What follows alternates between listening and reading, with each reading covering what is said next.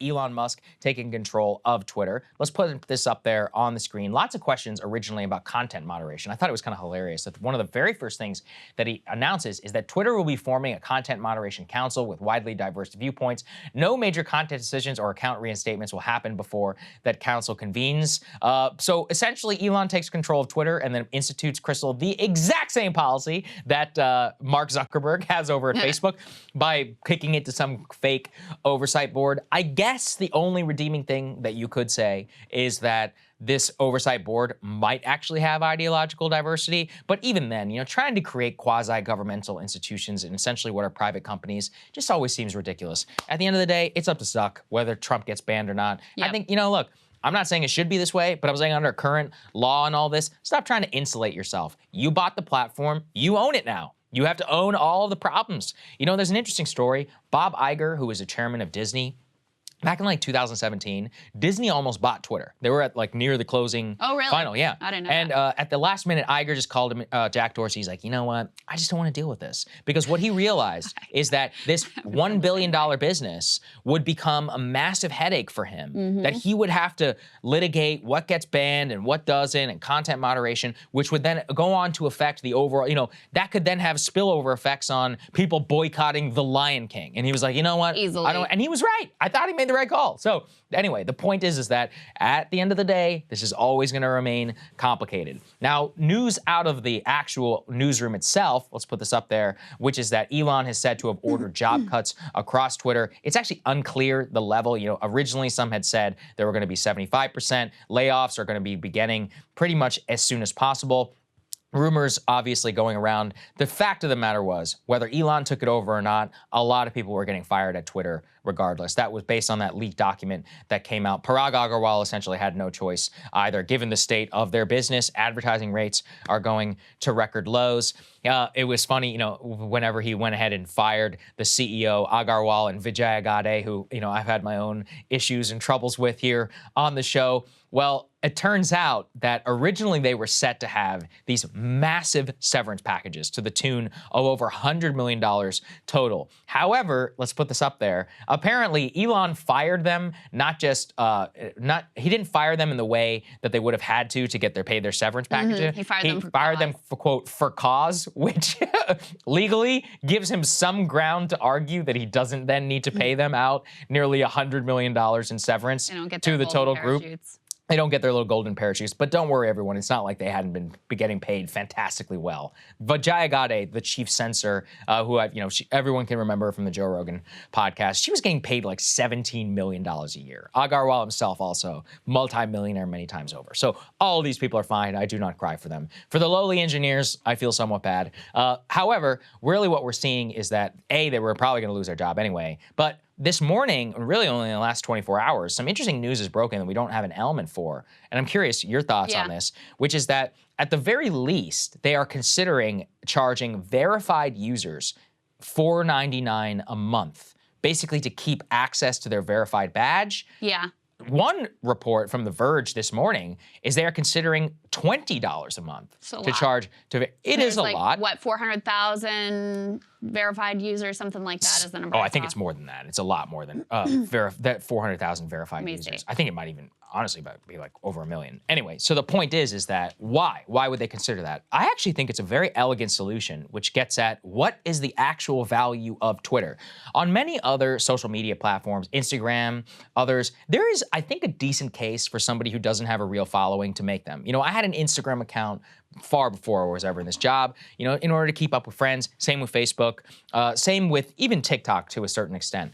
On Twitter, the value creation is amongst those 1% of users who tweet all the time. Right. And then everybody follows those people for information. Well, then the value to accounts like your or mine, which has hundreds of thousands of followers, would be the access to this audience. At this point, what do we really use Twitter? What real value does Twitter have for us? Frankly, not that much beyond, getting myself in trouble. But at best, what is it? An efficient way for me or you to promote breaking points, our live shows, an announcement, right? So the value creation there is we use their platform to have access to all these people. It used to be they would place ads, but now really what it would be is like, no, we're going to have to charge you like any enterprise software, essentially. Yeah. You need to pay us to have that priority access to your people. First of all, it is actually only 360,000 Oh, who okay. are verified. Only about 0.2%, they say, of Twitter's monetizable daily active users are verified. So at least in terms of active users, only 360,000 accounts are verified. This is according to CNET is where I'm getting this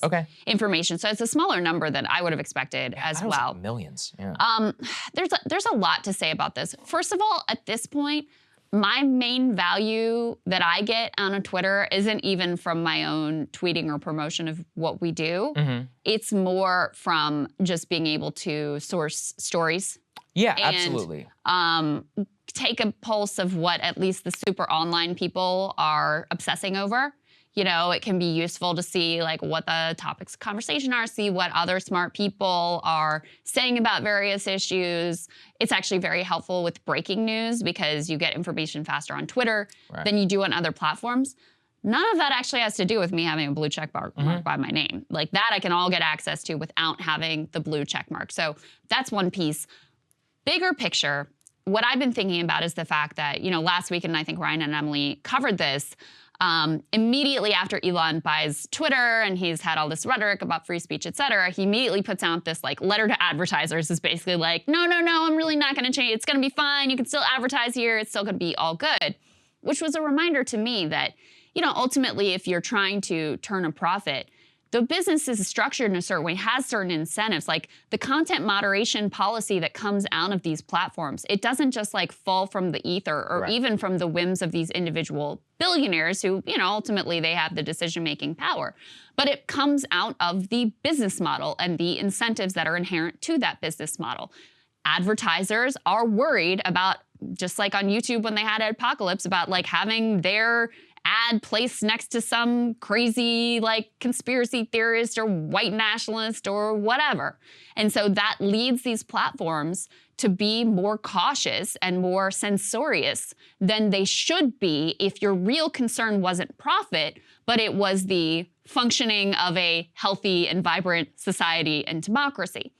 Those two things are sort of always going to be at odds and at tension. And so to me, when I saw Elon immediately put out this like letter to advertisers, it was just a reminder of the fact that like the business model is what it is. And as long as it's in the business of being, you know, a public company and caring first and foremost about profit, you probably only expect so much of a change to what the content moderation policies are, which is why, you know, the model of having all of our sort of like, he calls it the digital town square. I think he's absolutely right about that. Subject to the whims of profit versus making decisions about what would be best for the country, why that is always going to lead to an inferior outcome no matter who is in charge. I totally agree, which is part of why I would want some sort of recurring revenue. That being said, it's still not that hard. So I just went ahead and did, you know, some like back of the napkin math, like even 360,000 at 20, you're only talking about, and I know this sounds silly, hundreds of millions, but like that's not enough in order to justify a $44 billion purchase. And you're right that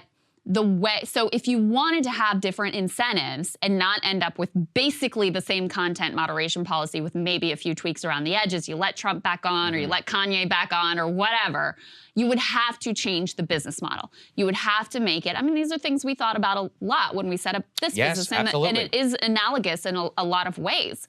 You have to have it, your revenue dependent on something else, like if you had people who were willing to pay for the service and they're more interested in the quality of the service than like whether advertisers are going to be comfortable, well, that changes the incentives and it might ultimately change what the content moderation policy is that makes sense. So I don't think that, you know, charging people for the blue check mark is probably sufficient to really change what the ultimate incentives are, but moving in that direction, it would also really change. If you leaned into it being a like paid subscription service, I mean, that would really change what Twitter ultimately is. I think it would have to be enterprise change. So it's free for most people, but you charge. Here's the other thing. It'd be a very elegant solution. AP and Reuters. All right, you guys need to pay. You need to pay a hell of a lot of money now in order to distribute. Guess what? I think they would pay it. I really do. I mean, at the end of the day, that's where the people are. That's where people go for news. It's basically the best news platform that has ever existed on planet Earth. Charge them the hell of a lot of money to do it. Dare them. I mean, honestly, I think they fold and they pay. They could pay, frankly, millions of dollars in order to do so just because they understand. However, some of the value is based on everybody being there. But I think the flaw from the beginning was that at the end of the day, you know, the vast majority, people like us, you know, in the top 1% or whatever of Twitter users, both from a posting and a follower perspective, like we are creating the vast majority of the quote value on said platform. Even though whatever value is for us, clearly people don't follow us for no reason, right? There's some reason that they're doing. Well, that's worth something to us. I think it's an elegant solution to try and put a dollar amount on that. I like where their head is at least from that example, because as you and I have found out, a subscription business is anti-fragile in many ways. Doesn't matter, you know, cancellations are what they are, but relative churn is not that low, and you have money coming in through the door. If you lock it in to a certain extent, it's much more reliable. Some of the most, you know, why do you think software as a service businesses are worth many, many multiples over? That's why. Advertising platforms really only work at a tremendous scale, which is essentially monopoly. Google, Facebook, you know, even Snapchat to a certain extent, you can see like they may be booming, but if ad rates go down by 40%, your stock goes off of a cliff. Anyway, I'm mostly just musing here. I think it's interesting. You know, full disclosure, I know some of the people who are involved in making these decisions. I haven't spoken to them about it or whatever, but I don't want anybody to think I'm shilling on behalf of my friends. It does make sense, though, that we all kind of think about things similarly. So it's cool. Yeah, and I guess it's also worth saying, remember they tried that thing of like, what did they call Twitter it? Blue. The power user or the... Super follow. Super follow. It's like a tipping function. Yeah, where it's like, or you can pay to get like special tweets from the people you really care about. And that didn't pan out. It's not enough value. You got to give something real. I mean, you and I see this, which is that like our premium subs in terms of the way that we charge, like, you're paying to support our work. Number one, at the core, you have to believe in the mission. That's what you're doing. And we're actually far more upfront than most people. We're like, here's what your money is getting spent on. You know, we did our 1-year anniversary thing where we were like, hey, everybody, here's what cameras that we bought. Here's the people here's exactly how much money that we doled out on X, Y, and Z. Nice desk that's sitting here. The point being that we had, I think, a much more explicit value than most people who were like, hey, if you just like my work, throw us something. In our experience, you can't do that. You have to be very upfront and really give people a real reason as to what they're doing and why and what they want to buy into.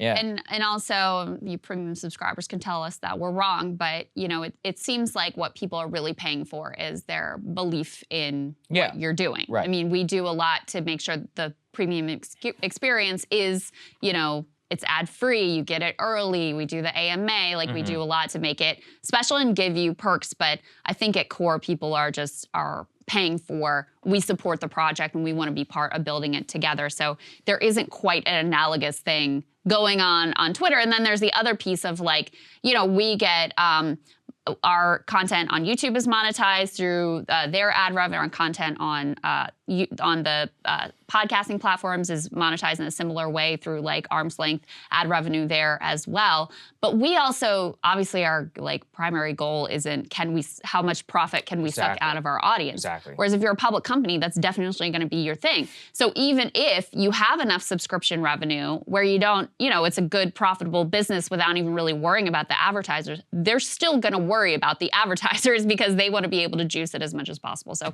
anyway, I don't envy Elon's task at this point. I think he stepped into quite a complex and difficult situation, both from a business perspective and also trying to square his purported stated values with, you know, the reality of what you have to do when you run any of these platforms. And, you know, bottom line, I don't think we should be counting on Elon Musk or Mark Zuckerberg or any other plutocrat for our quote unquote free speech, because as our friend Agor told me, like, how free is your speech when you're dependent on a billionaire for it? Not very free, ultimately. Cable news is ripping us apart, dividing the country, making it impossible to function as a society, and making it impossible to know just what is true and what is false.